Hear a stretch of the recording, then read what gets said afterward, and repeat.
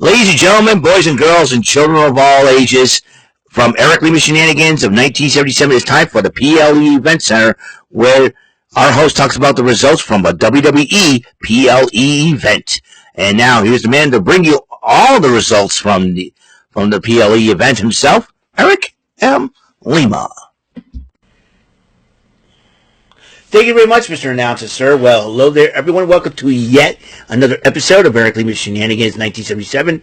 This is episode 2270, and this is Saturday night's main event 2025 Event Center, May 2025 Event Center, because they're having another one in a couple of months. And how are you guys doing? Eric Lima here, and it is May 24th, 2025, 10:07 p.m. Guys, Saturday night's main event's been all sorts of craziness is happening and all that good stuff. And wow, I gotta tell you, when us rant and ravers made our picks and predictions this past Thursday, we never expected this to happen to us, but it does.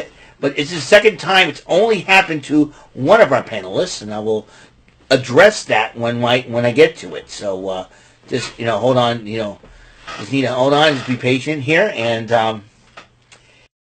we had legends in attendance in this great event. Lillian Garcia once again does the Saturday night's main event and ring announcing.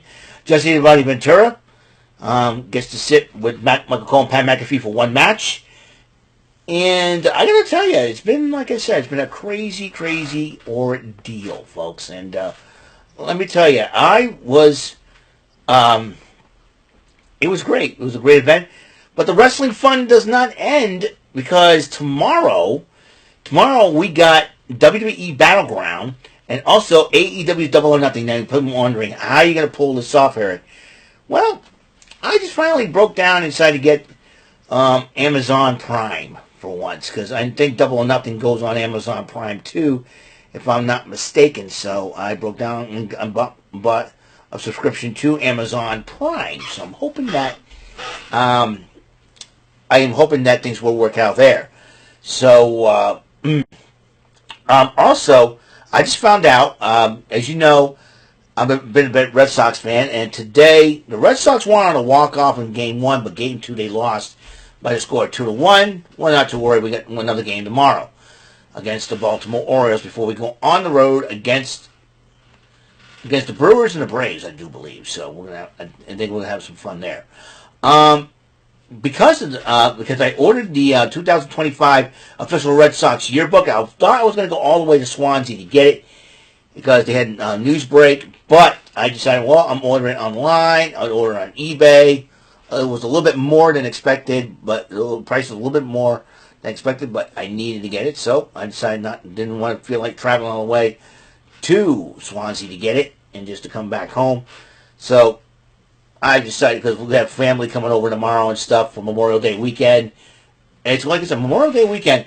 It's a great time to watch some wrestling, that's for sure. So I don't know about you guys, but I'm totally excited. I made my bed and got most of my laundry done. Got one more set of laundry to do, and then that's it for laundry. And then, like I said, also before we dive into what happened on Saturday night's main event, as you know, this is the final full week of May coming up, starting tomorrow, and that means there'll be final gameplays from May 2025.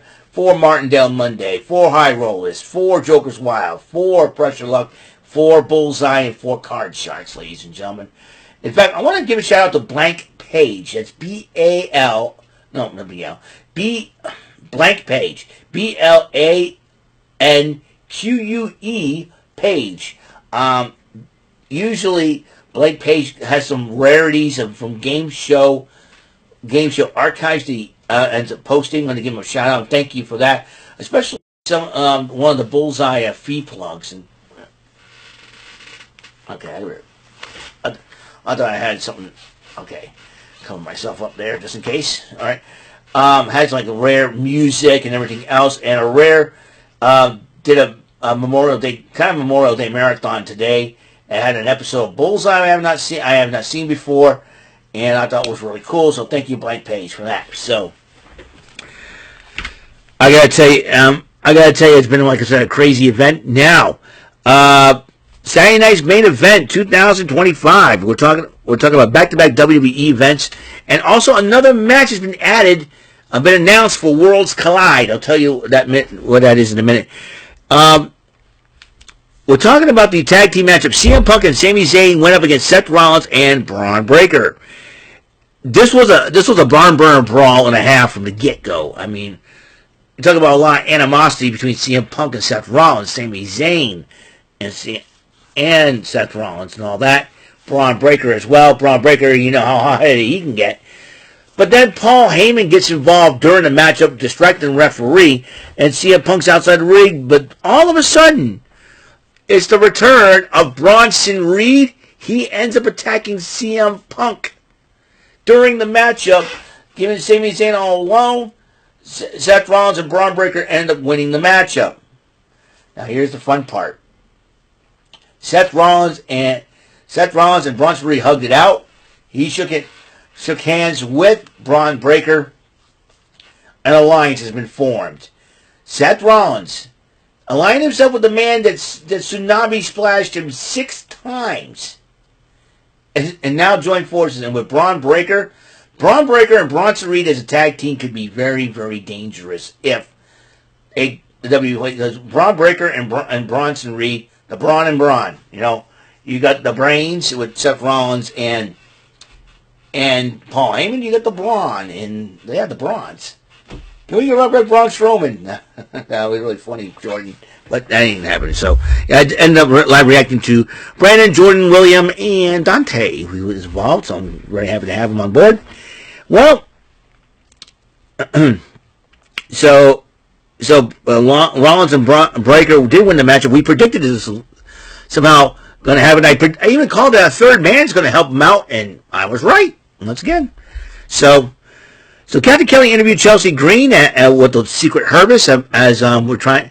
Chelsea Green has vowed to get the Women's United States title back, and from Zelina Vega, this match had happened, and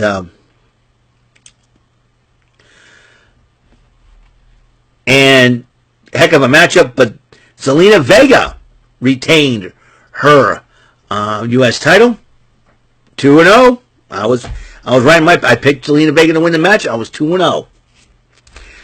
In attendance, Jimmy Hart, Bushwhacker Luke, and El Hijo del Vikingo. Speaking of Vikingo, he'll go one-on-one with Chad Gable, a.k.a. El Grande Americano. Don't start with me. Yep, at Worlds Collide. I think after what happened at WrestleMania, that match was bound to happen. So I hope Vikingo beats the crap out of Chad Gable, a.k.a. El Grande Americano. And one-on-one, R-Truth against John Cena, non-title match. Title was not on the line. I gotta tell you, John Cena came out first, but then R-Truth came out with John Cena's music, and you got Stan What's Up, and he's dressed like John Cena. R-Truth is trying to be the good version of John Cena. That's what's hilarious. But you know what, though? R-Truth is no dummy. He's trying to get inside Cena's head. He is seriously trying to get inside Cena's head. But it didn't work, as Cena defeated him once again. But then Jey Uso was getting ready for his title match against Logan Paul, but confronted John Cena. He said, the last time I saw you, I threw you out in the Royal Rumble to win it. And then, John Cena says, you might lose that title to a YouTuber. And oh boy, here we go. And for the next matchup, Jesse the Body Ventura joined on commentary as a steel cage match between Damian Priest and Drew McIntyre. These two guys were beating you-know-what out of each other. And it took a concerto for Priest to win the matchup by him getting out of the ring and just jumping down. And basically walking on the field for good. And Drew McIntyre tried to get up. There was a stretcher. He did not want the stretcher. And, so there's that. Also in attendance, former WWE Tag Team Champions, but also now current Hall of Famers, the U.S. Express, Mike Rotunda, and two-time Hall of Famer Barry Windham, as he was a member of the Horsemen to be inducted. Also, also in attendance, Leilani Kai And Tatanka was also. Leilani Kai, her first time in WWE on WWE television since WrestleMania 10, 1994. We're going back 22 years ago. So her first time, Leilani Kai's first time on WWE television in 22 years. Or first WWE appearance in 22 years, I should say. That's impressive. Now that WWE's finally given her flowers, let's induct her to the WWE Hall of Fame for next year. Let's do that. So the World Heavyweight title on the line, Jey Uso versus Logan Paul. During the matchup, there was an exposed turnbuckle. And like I said, we all picked Uso to retain. But how crazy can it get? John Cena came back to yank the referee out and got involved, beating up on Jey Uso. But then Cody Rhodes returns. Cody Rhodes, the quarterback, QB1, returns to the ring, the American Nightmare. He fights off John Cena. Jey Uso takes advantage of the whole situation and fights off Logan Paul. Hits the Uso splash. 1, 2, 3.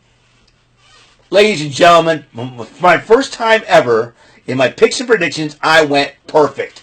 I went 5-0 in my picks. That's right. Bullseye, bullseye, bullseye. Double my money in the pot, son. That is how it's done. That's right. I hit 5-0, baby. Jey Uso retains. Thank God. And Jey Uso will have to deal with Gunther. I'm kind of sad, too, because I want to see Gunther deal with Logan Paul and just chop the you-know-what out of him.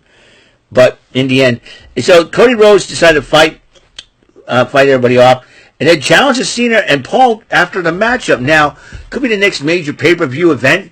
Could happen on Worlds Collide. Could it happen on SmackDown? Maybe. Well, or could have it down the road. Could be SummerSlam. Who knows? But Cody Rhodes has challenged Logan Paul and John Cena to a tag match. Logan Paul and John Cena. Unbelievable, right? So, that is all the time that we have on this episode of Eric Lima Shenanigans 1977. And it's time to call it a night. That's right. I'm going to upload this video and then call it a night right there. Because I had a lot of fun. Because tomorrow we got, tomorrow Memorial Day weekend, we got, we got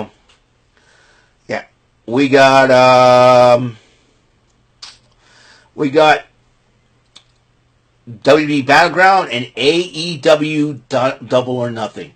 How am I going to pull this off? There you go. I know how I'm going to pull it off. Let's roll. Let's rock. Let's rock and roll, baby. So, that's it for today's episode. I will see you guys on that next episode. Probably 2 more episodes coming after this. So, I'll see you later. So, until the next episode comes rolling around, though, Mr. Announcer, take us home. That is all for today's episode of the show. This is Mr. Announcer speaking for Eric Lima Shenanigans of 1977. A Big Beefy E and do it for Bob Saget production, and in association with a Raving Bull for 3000 Telepictures and Distribution. Thank you for watching another episode of Eric Lima Shenanigans of 1977. See you later on the next episode of the show. Goodbye for now.